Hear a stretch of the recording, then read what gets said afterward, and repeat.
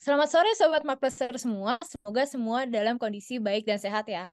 Selamat datang di Markples Special Brown Bag Session, Keeping Up with the Markplesers. Sebuah tayangan yang membahas mengenai strategi bisnis, tips dan trik, dan juga konten unik yang akan dibawakan secara santai namun juga tetap insightful. Nah, pada episode kali ini bersama dengan saya, Jenis, akan banyak berdiskusi terkait topik hangat dengan judul Becoming Viral on TikTok, Is It Important? Yang akan dibawakan oleh dua konsultan Marketplace. Nah, mungkin saya ingin menyapa dulu nih dua analis Marketplace akan menjadi pemateri bagi kita semua pada sore hari. Yang pertama yaitu Mas Lukman nih. Halo Mas Lukman. Hai, Jenis. Halo Mas, gimana kabarnya nih Mas? Kabar baik, Jenis. Kabar baik juga. Baik Mas. Wah, oke. Kalau Ya. gitu kita lanjut ke pemateri kedua kita pada sore hari ini yaitu Mas Satya. Halo Mas Satya, gimana kabarnya nih Mas? Halo, Jenis. Baik-baik. Ini Oke. gimana kabarnya? Baik juga ya Baik, tadi ya. Mas. Oke. Kalau begitu mungkin pasti teman-teman udah nggak sabar nih ya untuk mendengarkan pemaparan materi dari dua pembicara keren kita pada sore hari ini. Baik, kalau begitu tanpa berlama-lama lagi, waktu dan tempat saya persilahkan.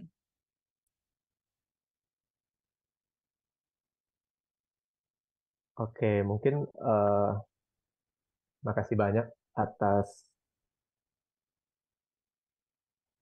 waktunya. Jadi tadi udah diperkenalkan saya Satya dan juga bareng Lukman. Jadi kita akan membahas tentang TikTok nih. Nah, kita kan sekarang tahu ya bahwa eh, apa namanya TikTok ini jadi pusat perhatian gitu. Viral di TikTok ini apakah jadi hal yang menarik atau bagaimana nih sebenarnya kiat-kiatnya atau strategi-strateginya gitu. Oke, mungkin sebelum kita lanjut kita kenalan dulu nih sama TikTok.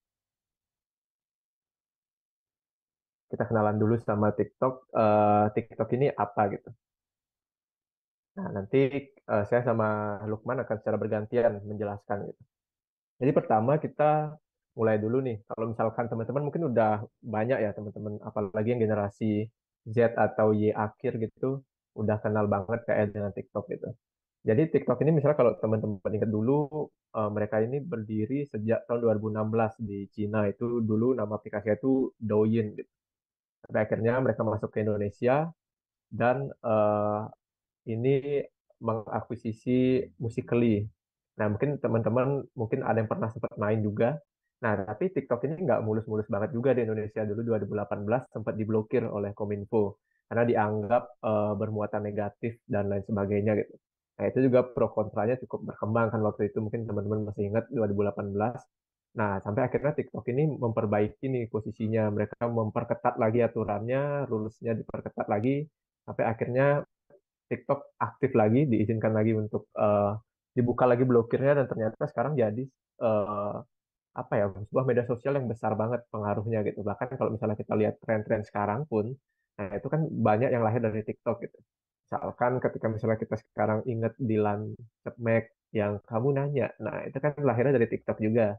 Misalkan juga ketika kemarin eh, Fajar Sad Boy atau Citayam Fashion Week, nah itu menunjukkan seberapa powerfulnya TikTok mendeliver tren gitu. Bukan hanya riding the wave, tapi mereka yang membuat tren-tren itu hadir gitu. Nah itu mungkin awalan kenapa sih TikTok ini jadi sebuah platform atau media yang pada dasarnya ya layak untuk diperhitungkan gitu. Dan misalkan kita lihat performance mereka, bahkan TikTok ini di Indonesia secara spesifik, mereka pengguna di Indonesia itu peringkat 2 di dunia gitu, setelah Amerika. Nah itu memang kekuatan apa ya netizen Indonesia ini luar biasa di TikTok gitu. Bahkan kalau dari tingkat penggunanya pun waktu yang dihabiskan oleh orang di TikTok cukup tinggi gitu. Bahkan sampai di angka 13,3 jam per bulan. Ya hampir setengah jam per hari ya kurang lebih gitu. Orang menghabiskan waktunya di TikTok dan ini bisa jadi sebuah peluang atau sebuah hal yang perlu diperhitungkan juga kira-kira TikTok ini bisa dipakai untuk apa gitu. Nah, misalkan kalau dilihat dari tadi kan apa ya tren bagaimana sesuatu bisa viral di TikTok, bagaimana TikTok ini punya performance yang sangat menjanjikan gitu, baik secara di dunia, di global maupun di Indonesia sendiri. Nah, jadi banyak nih kalau misalnya kita lihat orang-orang yang berlomba menjadi TikToker atau orang-orang yang berlomba memasarkan bisnisnya gitu di TikTok dengan harapan tadi mendapat viral, menjadi viral dan mendapat exposure dari viral tersebut. Nah, yang jadi selanjutnya adalah apakah viral ini menjadi sebuah hal yang baik untuk bisnis atau bagaimana gitu.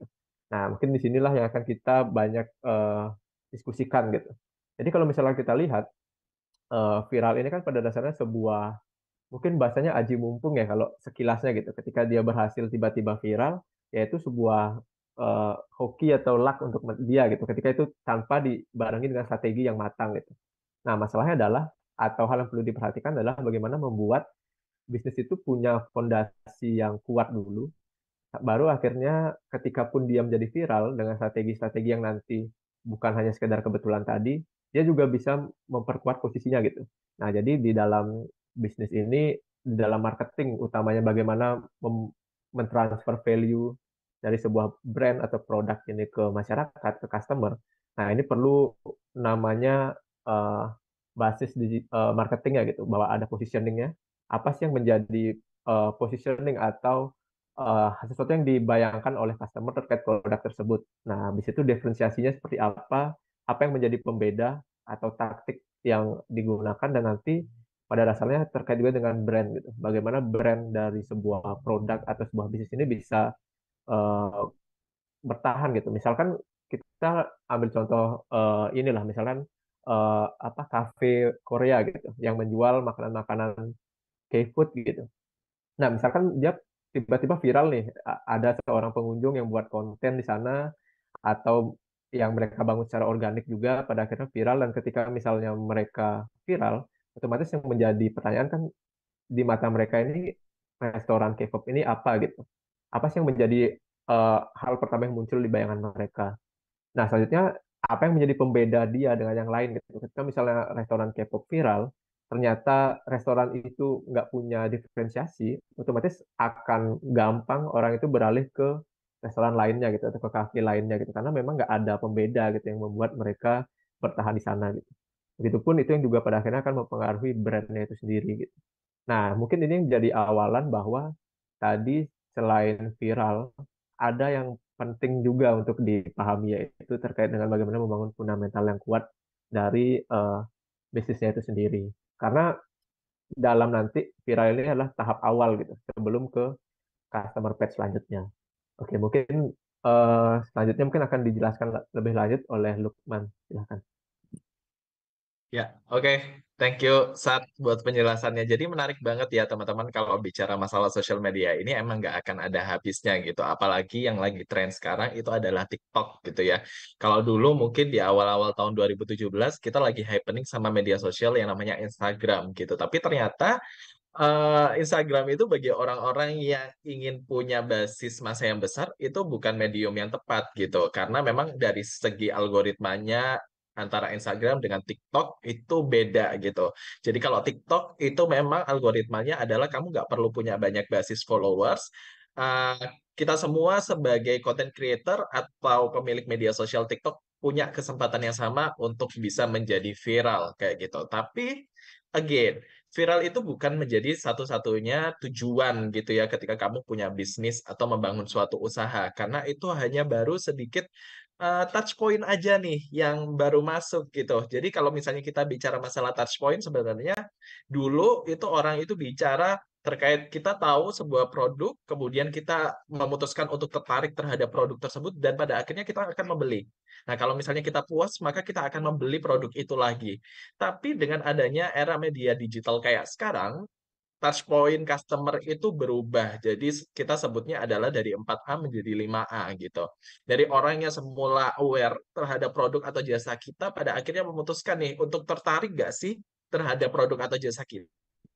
Kalau misalnya mereka udah tertarik, maka mereka akan masuk ke tahap selanjutnya. Tahap selanjutnya itu kita bicara masalah asking. Jadi biasanya kita seringkali melihat review terlebih dahulu dari platform e-commerce ataupun dari komen-komen konten yang dihasilkan atau mungkin kita juga bisa tanya ke Center of influence terdekat kita, bisa tanya ke keluarga kita, bisa tanya ke teman kita terkait dengan performansi dari brand itu. Bagus nggak sih, cocok nggak sih dengan personality kita gitu. Nah, kalau kita merasa oke, saya rasa produk atau jasa dari brand itu bisa menjawab anxiety dan desires dari kita, maka kita akan lanjut nih untuk masuk ke tahap selanjutnya, yaitu act. Act itu adalah kita berkomitmen untuk membeli atau menggunakan produk atau jasa brand tersebut gitu. Nah, kalau kita puas, kita bukan membeli produk atau menggunakan jasa itu lagi, tapi bahkan dengan adanya media digital kita bisa mengadvokasi, baik itu pengalaman positif kalau memang kita ngerasa kita puas,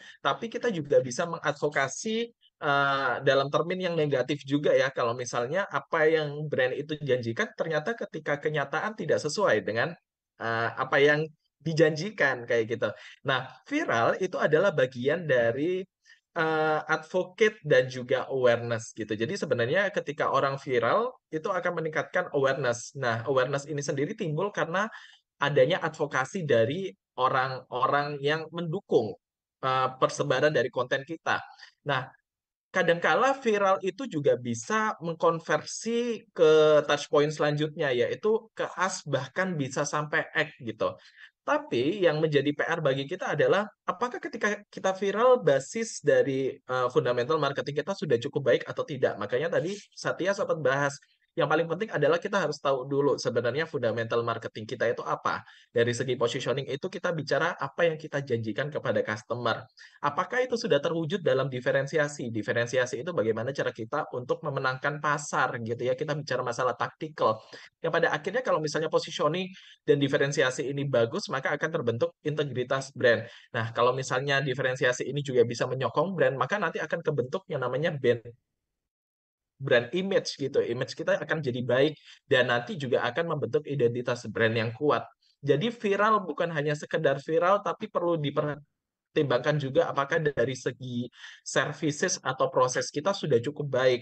Uh, Jangan sampai misalnya kalau dalam contoh kasus nih, kalian punya usaha bakmi kelontong gitu ya, kalian pengen viral gitu, tapi waktu viral ternyata banyak sekali customer membludak, tapi kalian nggak siap terhadap crowd manajemennya. Nah, itu sebenarnya kan dari segi proses itu juga belum siap ya, dalam arti bisa menimbulkan advokasi-advokasi yang negatif juga. Dan bahkan bisa jadi brand yang telah kalian bangun dari lama, itu bisa aja hancur hanya dalam hitungan sepersekian detik, kayak gitu. Nah, sebenarnya di sini kita akan kasih tahu kalian gimana sih cara menentukan sebenarnya objektif pemasaran digital apa yang harus kita bangun ya untuk brand kita. Apakah viral itu hanya selalu menjadi kebutuhan yang paling utama atau mungkin ada kebutuhan-kebutuhan lain yang perlu untuk kita gali. Oke, next, San. Nah, jadi teman-teman kalau misalnya ingin menentukan sebenarnya brand kita ini tujuannya buat apa sih, mau apa sih gitu. Jadi teman-teman juga bisa berkaca dari eh, customer path-nya juga ya. Jadi kalau misalnya di aware, appeal, dan as itu kita bicara masalah bagaimana cara kita memenangkan pikiran dari potential customer atau customer kita. Tapi kalau kita bicara act, kita akan berbicara bagaimana cara kita untuk memenangkan persaingan di pasar. Dan kalau bicara advocate, kita akan berbicara terkait bagaimana cara kita memenangkan hati dari customer atau potential customer kita. Nah, pendekatan konten yang akan dihasilkan di TikTok itu temanya akan berbeda-beda mengikuti sebenarnya objektif dari customer path teman-teman itu inginnya di apa. Kalau misalnya teman-teman ingin meningkatkan awareness, oke, silakan untuk produksi konten-konten yang memiliki tema entertaining dan juga educate. Jadi emang ini agak sulit ya, dalam arti kadang-kala kalau kita terlalu educate tapi nggak ada sisi entertainingnya juga nggak bakal bisa mencapai objektifnya kayak gitu. Tapi kalau misalnya teman-teman ingin meningkatkan konversi ke pembelian atau komitmen ya, kalau kita bicara di brand productivity itu komitmen. Tema konten yang harus dihasilkan adalah convince atau meyakinkan dan juga inspire atau menginspirasi kayak gitu. Tapi kalau kita bicara masalah hard share atau advocate ya balik lagi kita akan berbicara terkait dengan entertaining dan juga educate karena konten yang entertaining itu adalah konten yang cenderung lebih besar punya kesempatan untuk diadvokasi atau di-share ke circle of influence dari audiens kita. Nah, di sini juga teman-teman juga bisa pilih sebenarnya dari berbagai tema konten itu sebenarnya produksi konten akan dibentuk dalam format yang seperti apa. Itu layar sudah kami tampilkan, jadi nanti tinggal di screenshot aja ya. Kita nggak akan detail karena waktu juga memang terbatas. Oke, Sat, next. Nah, again, tapi kalau misalnya teman-teman pikir bahwa oke, aku rasa dari service atau proses di brand atau usaha kami itu sudah siap. Jadi kalaupun viral, kami udah siap untuk memberikan excellent services atau excellent product dan lain sebagainya kayak gitu. Nah, teman-teman bisa nih memakai berbagai alternatif topik yang bisa teman-teman gunakan ketika ngebuat konten di TikTok. Kita sebutnya adalah 9Block Conversation Planner. Kenapa dinamakan conversation? Karena berbagai pilihan topik yang ada di 9Block ini itu adalah topik-topik yang dipercaya bisa menimbulkan percakapan di antara konten yang kita buat. Jadi kalau di TikTok semakin banyak orang yang komen, semakin banyak orang yang share dan lain sebagainya, itu dikatakan engagement kita semakin baik dan nanti secara reach dan juga impresi itu juga akan semakin bagus kayak gitu.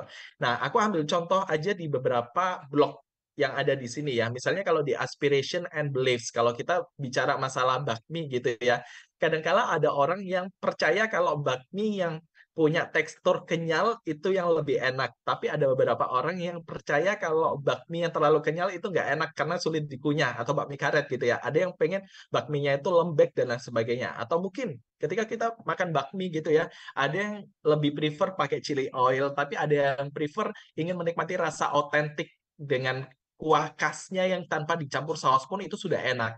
Nah, itu adalah aspiration and belief. Kita nggak akan pernah menjadi satu pemikiran yang sama karena tiap manusia punya preferensi yang berbeda-beda. Nah, dengan menghasilkan konten yang kayak gitu, orang akan terdorong untuk memberikan opini mereka terhadap suatu hal yang dipercaya, yang menjadi aspirasi mereka kayak gitu. Atau mungkin teman-teman juga bisa menggunakan tipe-tipe konten kayak personal stories. Nah, yang kayak sekarang-sekarang ini lagi hype ini kayak ngebuat konten-konten kayak a day in my life itu kan juga salah satu bentuk dari personal stories gitu ya. Tapi gimana caranya kita mengolah konten a day in my life itu supaya tetap engage dan relate dengan audiens kita. Itu yang masih menjadi PR bagi para content creator pemula kayak gitu. Jadi basically teman-teman bisa pakai berbagai topik-topik yang tertuang di 9Block Conversation Planner ini kalau misalnya teman-teman mau ngebuat konten-konten yang teman-teman produksi ini menjadi viral karena again dari berbagai topik ini itu bisa memicu terjadinya percakapan dan meningkatkan engagement di konten yang kita buat kayak gitu. Nah, jadi sebenarnya materi yang kita sampaikan terkait itu aja. Jadi kalau kita bahas dari PDB, kemudian kita harus tahu juga konten objektif kita, baru kita bisa menentukan nih sebenarnya tema konten seperti apa, format konten seperti apa, dan topik konten seperti apa yang mau kita angkat kayak gitu. Nah, untuk lebih asiknya mungkin kita akan lebih banyak discuss. Jadi langsung aja aku persilakan kepada moderator kita. Silakan, Denis. Oke, wow mantep banget nih pemaparan materi kita pada sore hari ini ya teman-teman. Terima kasih untuk Mas Lukman dan Mas Satya nih Mas atas pemaparannya yang sangat insightful. Mungkin kalau boleh izin merangkum nih Mas, jadi untuk membangun atau berkecimpung di TikTok gitu ya, kita perlu adanya pondasi yang kuat melalui adanya strategi PDB, lalu juga menentukan nih objektif konten yang ingin kita publikasikan, kemudian juga kita menyusun nih jenis konten yang kira-kira cocok untuk di-share gitu ya Mas, dari Customer Pad 5A tadi dan juga 9Block Conversation Planner nih. Nah mungkin Mas, saya ingin bertanya nih, mungkin ada teman-teman di sini, Sobat Marketers yang ingin membangun bisnisnya melalui TikTok gitu ya Mas. Kira-kira menurut Mas Satya dan Mas Lukman nih Mas, bisnis apa sih yang cocok untuk kita pasarkan atau kita share di TikTok nih Mas? Oke, dari Satya dulu atau gimana, Sat? Oh, boleh, boleh. Jadi Ya, silakan, Sat. mungkin kalau kita ditanya bisnis apa gitu yang paling cocok di TikTok itu, eh mungkin memang ini ya, memang beragam ya gitu. Karena kalau misalnya kita lihat kan di fitur live TikTok itu kita lihat kayak semua produk pun dijual sama mereka gitu. Baik dari produk yang sederhana sampai ke produk-produk yang cukup rumit, elektronik atau produk-produk yang cukup mahal harganya gitu. Nah, pada dasarnya memang mungkin menjadi hal utama adalah di mana caranya bisa pertama tadi membangun fundamental yang kuat dan pada akhirnya memahami nih customer ini seperti apa gitu. Sehingga pada akhirnya ketika nanti dalam proses interaksinya, dalam proses berinteraksi di TikTok, baik dengan segala fiturnya yang bisa, sebenarnya TikTok ini kan hebatnya dia bisa nge-cover semua customer path ini ya, dari aware, appeal, ask, X, sampai ke advocate gitu. Bahkan pembeliannya pun bisa langsung dilakukan di TikTok gitu. Biasanya kan kalau live orang pada bilang ayo keranjang kuning gitu.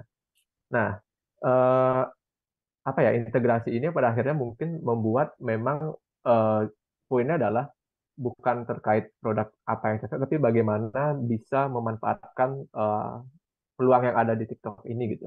Bagaimana memanfaatkan tadi customer path yang dari aware sampai ke advocate ini tersedia lewat platform TikTok, dan tadi audiensnya cukup besar sehingga membuat potensial customer-nya juga besar gitu. Nah, mungkin memang itu tadi balik lagi bagaimana menganalisa yang pertama diperkuat, dan pada akhirnya bagaimana memanfaatkan fitur-fitur dan layanan-layanan yang dimiliki oleh platform TikTok. Mungkin Mas Lukman ada yang ditambahkan? Oke, thank you, Sat. Jawaban yang menarik ya. Tapi yang paling penting kan sebenarnya TikTok itu kan bahkan orang jualan rumah atau properti juga kadang-kala lewat TikTok gitu ya. Ada ya, Karena benar-benar. memang basis, iya kan? Karena memang basisnya TikTok itu basis video konten gitu ya. Dalam arti kalau orang ngebuat video itu kan dari segi experience-nya itu bakal lebih dapet gitu ya. Kita bandingkan kalau dulu mungkin Instagram kan basis kontennya adalah foto atau carousel yang memang bukan di video konten kayak gitu. Nah, itu yang menjadi unik dari TikTok. Jadi sebenarnya untuk saat ini belum ada batasan ya untuk jenis apa yang tepat kita pasarkan di TikTok. Selama itu bisa menampilkan experience yang memang dibutuhkan oleh potential customer untuk memutuskan menggunakan produk atau jasa itu, aku rasa oke-oke aja. Tinggal gimana caranya kalau Pak Hermawan bilang kita harus chill, harus kreatif, inovatif, entrepreneur, dan leadership dalam memanfaatkan channel baik itu online dan juga offline. Jadi jangan sampai ketika ada digital channel ini kita hanya terpaku sama satu digital channel aja, tapi semua harus terintegrasi gitu. Gimana istilahnya pengalaman pelanggan dari online-nya baik, tapi ketika berkunjung secara offline juga harus sesuai. Balik lagi, kita bicaranya masalah PDB. Janji apa atau positioning apa yang ingin kita berikan kepada customer dan harus kita penuhi kayak gitu. Oke, wah keren banget nih Mas jawabannya. Jadi berarti emang TikTok ini cukup luas ya Mas ya, dan potensial marketnya juga sangat besar. Nah mungkin nih Mas, boleh di-share nih Mas tips and trick praktikal untuk mungkin Sobat Marketplacer nih Mas yang ingin membangun awareness di TikTok nih Mas, atau mulai memasarkan produknya di TikTok. Kira-kira apa aja sih Mas kalau boleh dibagikan ke kita semua pada sore hari ini? Oke, balik lagi sebenarnya sama basis dari fundamental marketing. Sebenarnya kita kalau bicara fundamental marketing itu kan aspek pertama yang kita bahas itu adalah marketing strategi. Nah, sebelum kita masuk ke positioning kan ada beberapa tahap tuh yang harus kita lewatin. Salah satunya adalah kita harus tahu sebenarnya segmentasi sama targeting kita itu siapa. Nah, gimana caranya membangun kehadiran di TikTok? Ya, pahami siapa customermu, pahami siapa targetmu, pahami siapa segmenmu. Karena ketika kita udah tahu segmen sama target yang akan kita sasar, istilahnya kita nanti akan ke gambar yang namanya customer persona. Bagaimana cara mereka bersosialisasi, bagaimana cara mereka uh, berbicara, bagaimana cara mereka istilahnya preferensi konten mereka apa, kemudian mereka nggak suka konten apa, goals profesional sama goals personal mereka itu apa. Jadi itu yang akan kita hadirkan di konten kita, sehingga nanti hasil dari kontennya itu juga akan relate dan juga engage dengan customer kita. Jadi harus pahami dulu. Yang paling penting pahami siapa customer kamu. Gitu. Dari Satya monggo, Sat. Ya, benar-benar yang tadi Lukman sampaikan memang eh, sebenarnya kan setiap platform unik ya, sebenarnya mereka punya keunikan masing-masing itu. Tapi emang pendekatannya cukup beda karena emang beda algoritma, beda keunikan gitu. Misalkan kalau kita eh, lihat juga gitu TikTok tadi yang disampaikan, algoritmanya kan cukup nggak bergantung hanya lewat followers gitu. Mereka cukup organik, kemungkinan untuk FYP-nya atau FYP ini cukup tinggi juga gitu. Ketika misalnya konten ini sesuai dengan eh, customer atau sesuai dengan audiens lah gitu. Nah, memang yang pertama praktikal memang bagaimana tadi strategi, kemudian taktikal taktikalnya bagaimana mendiferensiasi, bagaimana menentukan marketing mix-nya gitu.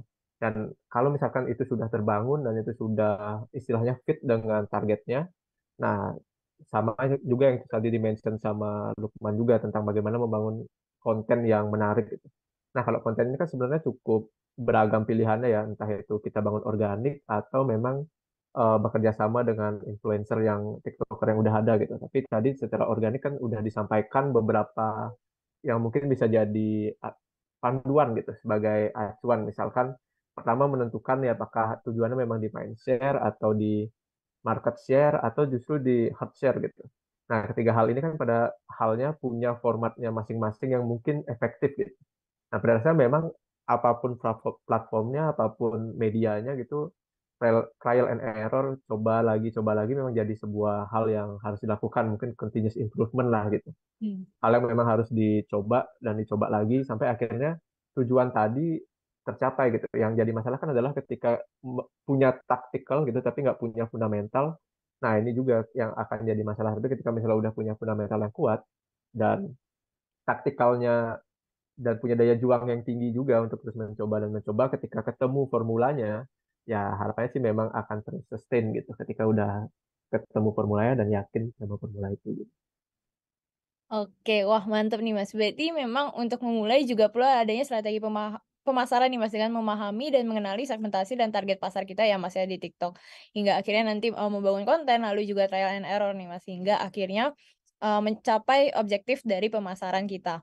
Nah, mungkin karena waktu kita pada sore hari ini sudah terbatas, saya ucapkan nih Mas, terima kasih banyak untuk Mas Satya dan Mas Lukman atas pemaparannya dan juga sesi Q&A-nya yang sangat menarik nih Mas. Kira-kira semoga bisa bermanfaat dan memotivasi para sobat marketing kita pada sore hari ini ya tentunya. Nah, untuk teman-teman yang masih ingin belajar dan mendapatkan insight lebih, dicatat ya teman-teman tanggalnya karena special Brown Bag Session akan tayang setiap hari Jumat pada jam 4 hingga jam setengah 5 sore di YouTube Marketplace Channel. Dengan tentunya akan menyajikan konten-konten yang tidak kalah menarik dan ditemani dengan para konsultan Marketplace. Karena itu jangan lupa untuk di-like, comment, subscribe, dan sampai jumpa di minggu depan.